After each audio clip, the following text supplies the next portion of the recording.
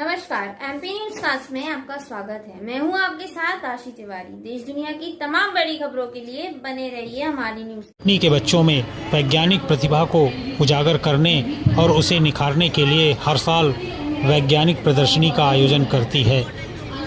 इस बार भी शिक्षा शोध समिति के द्वारा 2 दिवसीय विज्ञान प्रदर्शनी का आयोजन किया गया है, जिसमें जिले के 30 स्कूलों के बच्चों ने हिस्सा लिया है। यहाँ पर बच्चे अपनी प्रतिभा को दिखाने के लिए पूरी तरह उत्साहित हैं। देखो, यहाँ का जो कचरा है वो सारे अलग लॉन में डालते हैं, जिससे वो कचरा कंपोस्ट होके मीथेन गैस निकालता है। मीथेन गैस घर में सप्लाई होती है, जिससे खाना बनाने में काम आता है। उससे malaria, dengue, health problem, health issues नहीं होते।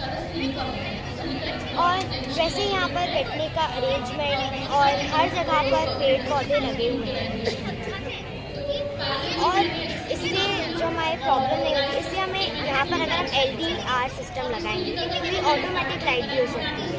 और यहाँ पर हम लोग ने बैटरी लगाई है। अगर हम LDR सिस्टम लगाएंगे तो जब सनलाइट पड़ेगी लाइट ऑटोमेटिकली ऑफ हो जाएगी, और जब सनलाइट नहीं पड़ेगी तो ऑन हो जाएगी।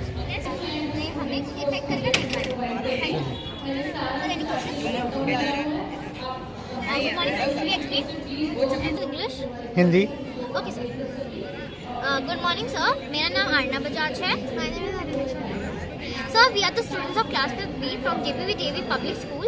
आज हम आपको बताने जा रहे हैं water pollution, air pollution and land pollution. Sir, ये बहुत एक मेजर इशू है इंडिया में and other countries as well as, पर इंडिया में सबसे ज़्यादा। सर, पहले बात करते हैं वाटर पॉल्यूशन। सर, यहाँ से आप देख सकते हैं माउंटेन से पानी आ रहा है, और एक हम केमिकल वेस्ट है, केमिकल प्लांट है, वो इस पानी को गंदा कर रहा है, पॉल्यूट कर रहा है। ये जो गंदा पानी है ये सीधा यहाँ जाता है जहाँ पे एनिमल्स रहते हैं। तो फिर क्या होता है इस गंदे पानी से? ये एनिमल्स पानी को पीते हैं तो इनको डिजीज हो जाते हैं, बहुत सी बीमारियाँ हो जाती हैं और ये मर जाते हैं। और ये गंदा पानी जब इनकी स्किन में टच होता है तो इनको स्किन इन्फेक्शन भी हो सकता है, आई इन्फेक्शन भी हो सकता है। इसको अपन को कैसे, इसका सुझाव क्या है वो हम आपको लास्ट। सेकेंड बात करते हैं लैंड पॉल्यूशन, मतलब धरती को पॉल्यूट करना। सर, कैसे? जैसे ये लोग हैं, ये प्लास्टिक बॉटल्स और पन्नियाँ या फिर पॉलीथिन रैपर्स ऐसे सड़क पे फेंक देते हैं, और हमारे जो प्यारे एनिमल्स हैं इनको खाते हैं, पर ये इनके गले में अटकते हैं। फील हो रहा है जैसे मैंने कटनी में एक्सपेक्ट नहीं किया था। यहाँ पे अलग अलग आपने, मुझे लगता है अलग अलग टास्क, अलग अलग थीम पे आपने साइंस एग्जीबिशन यहाँ पे रखा है। और निस्संदेह ये जो साइंस एग्जीबिशन है ये हमारे बच्चों में क्रिएटिविटी, साइंस के प्रति अफेक्शन, इंटरेस्ट, और साथ ही साथ उनके भीतर नया कुछ करने की जो एक इच्छा होती है, एक विल पावर होता है, उसको डेवलप करने में ये बहुमूल्य योगदान देगा, ऐसा मेरा मानना है। यहाँ पे ये बताया गया कि मैं बहुत अच्छा बोलता हूँ या बहुत कुछ आपको बताता हूँ, ऐसा कुछ नहीं है। ये कुछ चीजें ऐसी हैं जो हमने अपने बड़ों से सीखी है, कुछ चीजें हमने अपने पढ़ाई करते हुए, कुछ काम करते हुए, और कुछ आप जैसे लोगों से, कभी आप जैसे छोटे बच्चों से भी, और कुछ हमारे उम्र के लोगों से भी, कुछ हमसे बड़े लोगों से भी।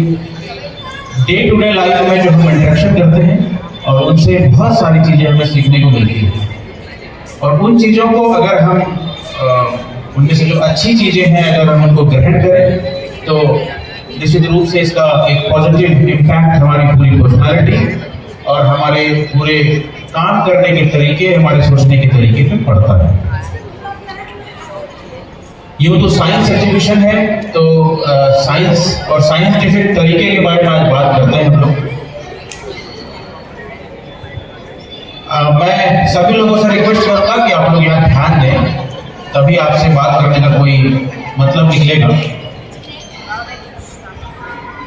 यहाँ पे अभी मैडम ने आपको एक प्रेजेंटेशन दिखाया, तो कोई भी बच्चा ये बताए कि जो साइंटिफिक वे ऑफ थॉट है, यानी वैज्ञानिक तरीके से सोचना, वैज्ञानिक तरीके से जीवन को जीना, या वैज्ञानिक तरीके से काम करना, और non scientific way of thought, गैर वैज्ञानिक तरीके से या अवैज्ञानिक तरीके से सोचना, अवैज्ञानिक तरीके से जीना, या अवैज्ञानिक तरीके से काम करना,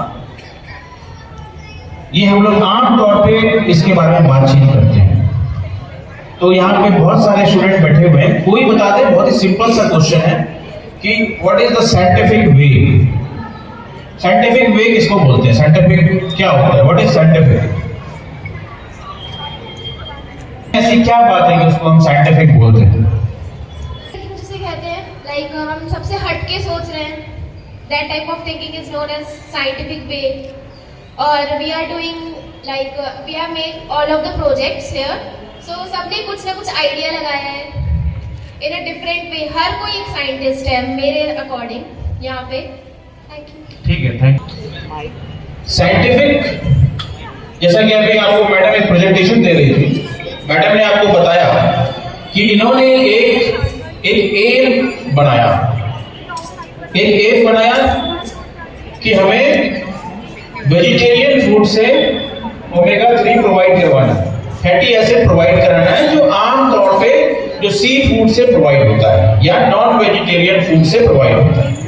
लेकिन ये जैन कम्युनिटी से है, जैन कम्युनिटी में नॉनवेज नहीं खाते हैं, तो इन्होंने एक अपना एम बनाया कि मुझे शाकाहारी खाने से फैटी एसिड ओमेगा 3 प्रोवाइड कराना है लोगों को, और इन्होंने इस प्रोजेक्ट को एक चैलेंज की तरह लिया। ये एक आइडिया हो सकता है, एक सोच हो सकता है, लेकिन अब यहाँ पे साइंस क्या है? यहाँ पे साइंस है इनकी सैंपलिंग, जो इन्होंने सैंपलिंग की, सैंपलिंग के बाद जो इन्होंने रिसर्च किया, रिसर्च के बाद जो इनका इंपेरिकल नॉलेज, जो अनुभविक ज्ञान इन्होंने प्राप्त किया, और उसके बाद जो कंक्लूजन पे आए, और उस कंक्लूजन के बाद जो इन्होंने कोई प्रोडक्ट बनाया हो या कोई टूल्स बनाया हो, ये एक तरीका होता है। यानी साइंस में 3 चीजें सबसे इंपॉर्टेंट है। सबसे पहला है सैंपलिंग, दूसरा होता है उस सैंपलिंग के आधार पे रिसर्च वर्क, और तीसरा है उसका